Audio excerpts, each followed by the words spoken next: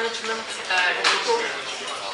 I'm going to start off with talking about his survey, but he talked about it himself already, so that's good for me. So Dries held a survey last year. It was a survey running for more than 30 days, in which more than 1,000 responses were collected from all layers of the Drupal community. There were first-time users, seasoned developers, and there were a couple of problem areas which were identified. One of which was that it's sometimes really hard in Drupal to determine which modules you should use. For instance, if you want to set up an event program, do you use the event module, or will you use a date field module combined with views and a calendar module? A reply you will often get is use views and CCK, and that will get you a long way already. And another problem that was identified is that it was very difficult to add media files or any kind of file really. Those two problems they are combined. I'm gonna go over them. So determining which modules to use. You have you have a lot of different options. You can choose a module which creates a new content type entirely, such as the image module, for instance. You can have a module which adds a field to an already existing content type. The upload module does this. Or you can have a module that creates a new CCK field, for instance, the file field module.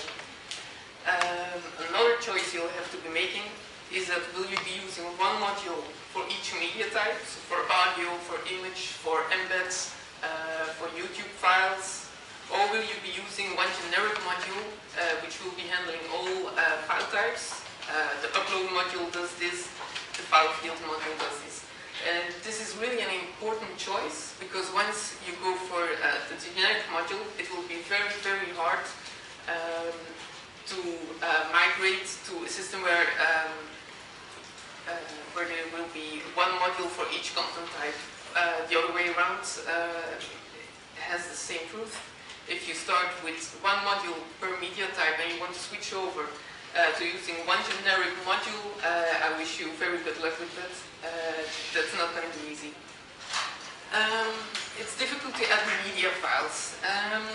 That's very true because there's so many layers involved in the people getting in contact with the media files. For instance, the end users, you want to display the assets, or the files in this case, as unified as possible. You don't want the user to see like, hey, these files are displayed in a field set, these files are displayed in another manner. You want to make sure that the end user sees it as one whole. And you want to display the files as user-friendly as possible. You want to provide them with Lightbox integration, for instance, or you want to have some nice Ajax interface to differentiate between the movies and pictures and such. Another role of people that's going to get involved with media fields is the editors, people who fill in the contents. A request I often get is that people want to import files already on the server. For instance, they want to upload 100 pictures through FTP and import them to the system. That's something that not many modules do in Drupal. They want to manage files that are already entered into the system. For instance, the image assist module allows this, or IMCE, that you upload a picture and that later on another user wants to use the same picture. He doesn't want to upload it again, he just wants to select it from the repository or from whatever method you're using, and he wants to enter that into the body field or wherever you're displaying the contents. More often than not, they will be wanting to use a WYSIWYG. That's something that not a lot of people, not a lot of developers really like to do, but it's something that most editors want. So you should probably allow that. And another thing is that an editor should be made easy to to create galleries. And of course, it's up to the developers to get all of this working for the people using the site eventually. So one solution for all this is the asset module. What is the asset module? It provides an intuitive method of managing any type of file. What the funny thing was, Per Kessels displayed the Donna.be site earlier. The Donna.be site, it uses the asset module to manage its pictures for the articles. Some of you might have already seen the new Amnesty site. It uses the asset module for any type of media involved. So anytime you see any type of media, be it a YouTube movie or a flash file of an image, it is inserted using the asset module. The asset module is all about making things as easy as possible for the developer, for the editor, and for the end user. So it integrates with CCK, with views, with panels, TinyMCE. It integrates with image cache, Lightbox. It integrates with the FLV player and the pixel out audio player. You should know that you don't need any of these modules to get the asset module up and running. It's just that, let's say you install the panels module, you will automatically get integration with that, but it's not required. So what do you get when you install the asset module? You get the core asset module, of course, and then you get a couple of extra modules which add extra functionality or which add extra integration. There is, for instance, the asset bonus module, which is required to install the pixel out MP3 player and the FLV player, because those are not allowed to be installed with the package because it's not GPL licensed. There's the asset embed module, which allows embedding of any type of objects like YouTube movie or Google video or SlideShare, for instance. The embedded code will become one asset in the same way that you will have a picture as an asset or an FLV movie as an asset, for instance. There's the asset import module, which is really important. It can be used for a couple of purposes. For instance, if your editor uploads 100 images to the file server, you can use the asset import module to select the directory and to import all these files into assets. You can also use it to, for instance, migrate from the image module to the asset module. You select the directory, here are all my images, and you import them directly into assets. There's the asset panels module, which provides integration with the panels module. And asset YouTube is a very extensive module.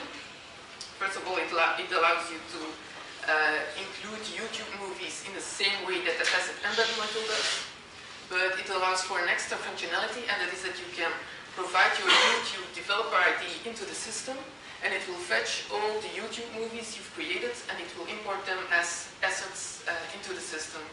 So you don't have to create an asset for each YouTube movie you've ever created. It will automatically import them from the YouTube API. The core system of the asset, the one piece of content you will be in contact most will be the asset wizard. It's the place where you select all your assets, your pieces of content, to insert them into the nodes. So, for instance, here you will have a preview for an image. On the left, you have your directories. Each user will have his own private directory. For instance, here is the root user. He's at this local folder. You can set permissions for every folder you create. You can say this is a public folder. Everyone can see the images inside this folder, or you can select different roles of people who should be able to see these files. And this permission is also applied to files themselves. So you can have a public folder with, in that folder, one or two files that are completely private, for instance. So in here are the different assets. You will see that here the the file type is included, but that's absolutely not necessary. And on the right you have the preview of the image along with some details about the image. You can also include audio. This is when you have the assets bonus module installed.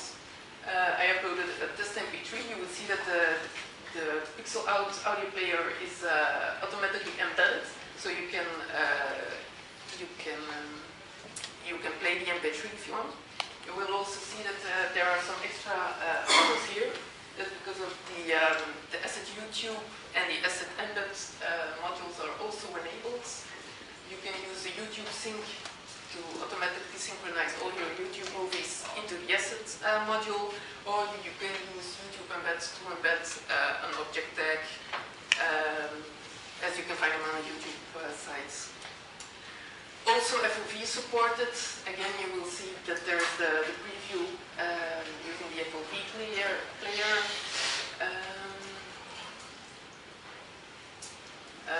So you can see it's really easy to manage all your content and to browse through them. So I said before, the asset module, you don't need all the extra modules installed to get something working. So when you first install just the asset module, this is what you get. There's a small link here, insert assets. This will bring up the asset wizard pop-up from which you can start inserting content. If you don't have any other modules installed, it will create a string between brackets, which is really displayed using the asset filter. So that's really easy. If you have TinyMCE installed, you will see that there's an extra button here. That's the insert asset button. You can select the asset you want. If it's a picture, it will be displayed. If it's an audio player, it will display the image of the audio player, so you can move it around and put it wherever you want. The same for the FOVs. It will display an image of the FOV, which you can drag around space to see where you want it located. There's also support for the CCK module, so you will have an asset field. You can have a single asset. You can edit or delete it.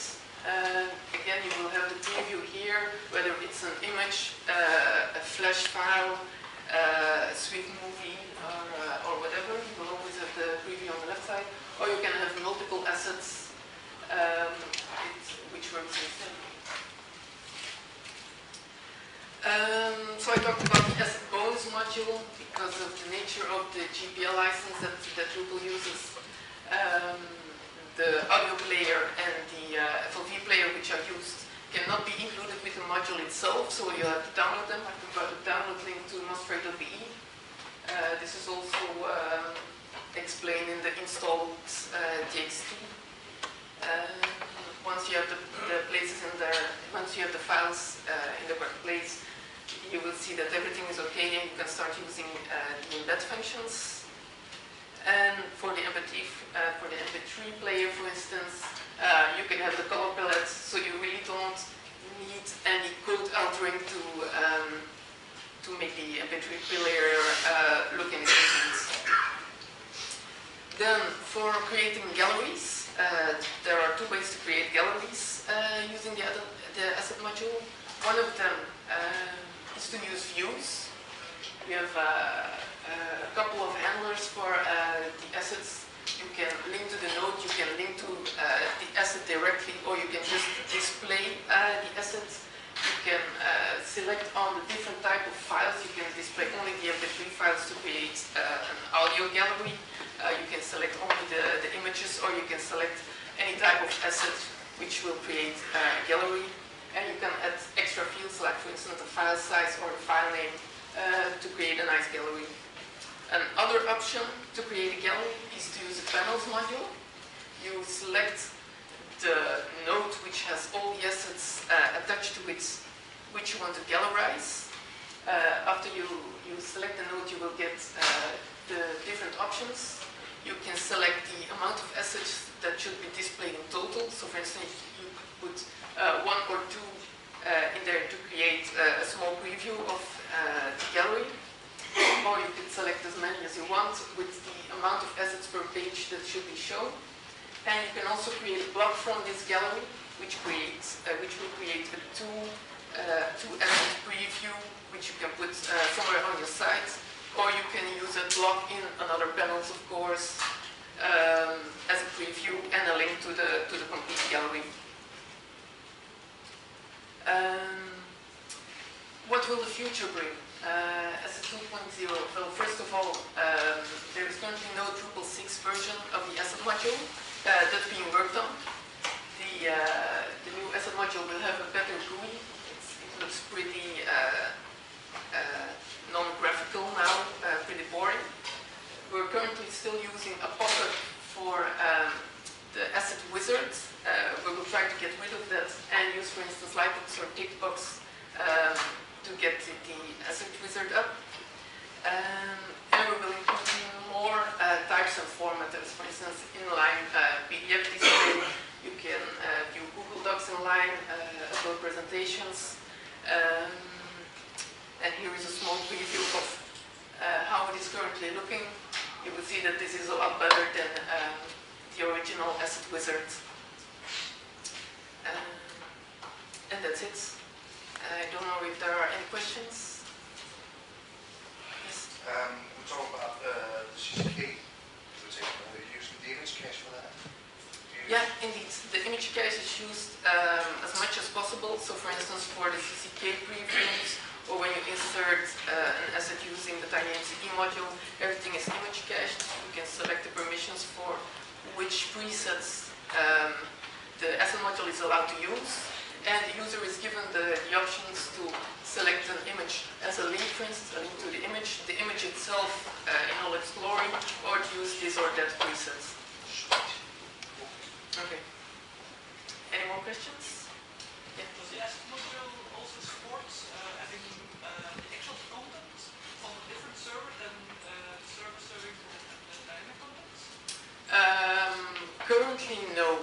We're still using the Drupal framework, and in the same manner that you can't use the files table to manage external files, you can't use the assets module in that way. What you can do, of course, is mount the file servers, the file directory as a subdirectory. That's currently the setup that I have for the sites. A couple of episodes serving PHP, and then static file servers serving static files, and the directory containing the static files is at bus mounted on the server with PHP, and well, you could make a symlink to the directory of the static file server, but that's that way it works, of course. But yeah, it would be nice if there would be support for actually giving separation of static. That's true for the asset module as well as for Drupal core. Yeah, indeed. Yeah. Do you have an upload progress bar for the module? Like to show you like how long it's going to take for it currently does not have a progress bar, no.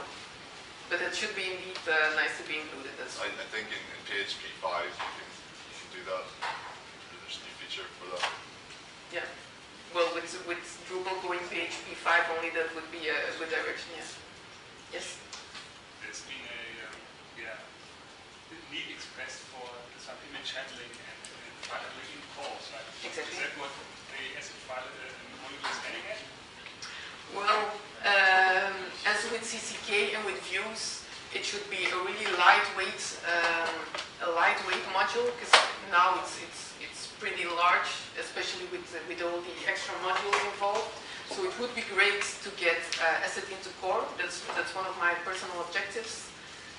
But I think we need to strip it of everything that's extra and see how well that would implement. But if we could get asset into Drupal 7 core, that would be great, and I'm very willing to work on that. Yeah. Yes. Let's work with the private partners. Sorry. Private partners. Since last week, it is supported. So you can just use the private download the private file settings and it will work as usual, yeah. Any other questions? Yes? I was just looking at some of the feeds it's producing, and have you got any plans to sort of start going for a media RSS within closures again? So that you can actually, seeing as it's all media, to have media RSS feeds?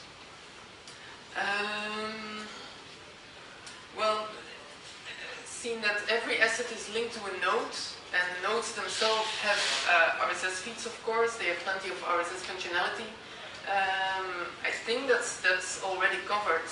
But the individual media types require their own enclosures, so yeah.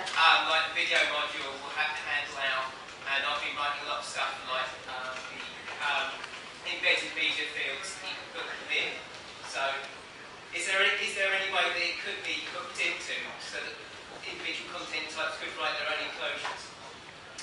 Yeah, indeed. There's the asset API which allows for exactly that. Okay. I'll add some to it. So it's currently not very well documented, but if you look into the code, you look up for the asset API, yeah, you should find your way. Right, cool. Okay. So I think that's it then. Thank you very much.